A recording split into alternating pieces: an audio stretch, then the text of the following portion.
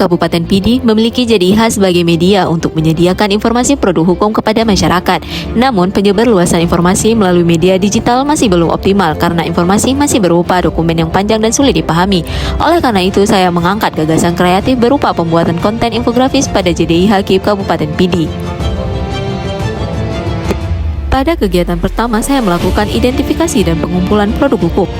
Kegiatan ini dilakukan untuk menentukan produk hukum yang relevan dan layak dijadikan materi infografis. Melalui proses identifikasi pengumpulan dan analisis substansi hukum, diperoleh informasi penting yang akan disederhanakan dan disajikan kepada masyarakat dalam bentuk yang lebih mudah dipahami. Kegiatan ini dilakukan dengan mengidentifikasi dan memilih poin-poin penting dari produk hukum yang telah dipahami sebelumnya.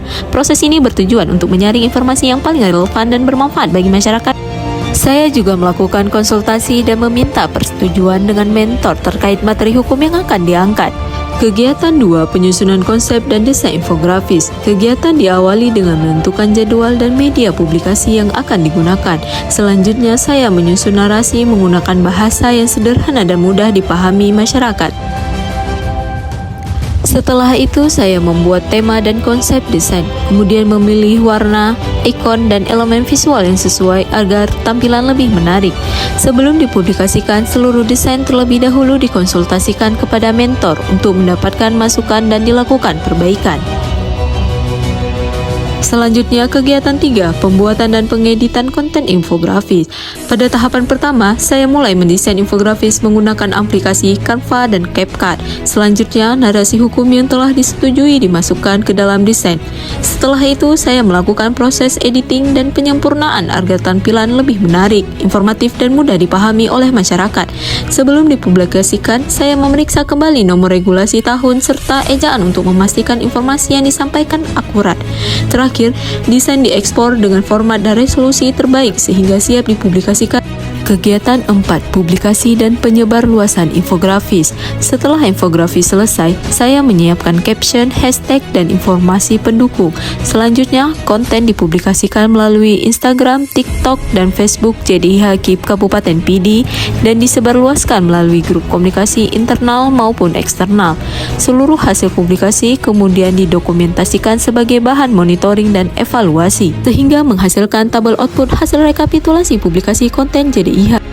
Kegiatan 5, monitoring dan evaluasi efektivitas penyebarluasan informasi. Pada tahap monitoring dan evaluasi, saya mengumpulkan data kunjungan Instagram, TikTok, dan Facebook, serta masukan dari masyarakat dan pegawai.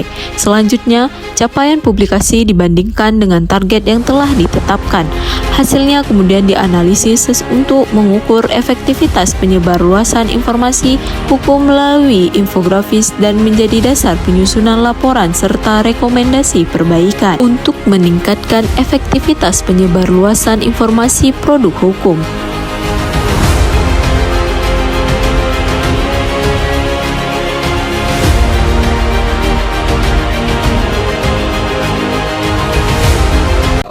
Ibu, apa manfaat yang paling Ibu rasakan terkait dengan adanya JDIH di media sosial, baik itu di Instagram, TikTok, dan Facebook?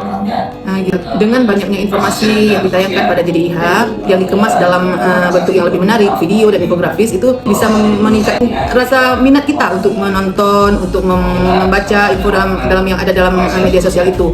Kalau dulu kan tampilannya ya harus kita download dulu, misalnya peraturan-peraturan tuh harus di-download dulu, baru kemudian kita baca dengan bahasa-bahasa yang lebih kompleks. Dengan adanya infografis maupun video-video yang menarik, minat kita kan jadi lebih tumbuh. Tentunya sangat bermanfaat, di mana ketika pegawai KPD itu akan mencari informasi tentang keputusan ataupun produk-produk hukum yang dikeluarkan, itu jadi lebih mudah dan lebih informatif. Dimana kalau kita lihat infografis itu kan intinya itu lebih dapat, tidak tanpa perlu panjang membaca SK seperti itu. Menurut saya sebagai mahasiswa hukumnya, soal konten ini sangat membantu banget untuk sosialisasi kepada masyarakat, bagaimana aturan-aturan yang ada dalam KIP, apalagi di informasi yang diadakan dalam video ini semuanya lengkap, jadi itu sangat-sangat membantu.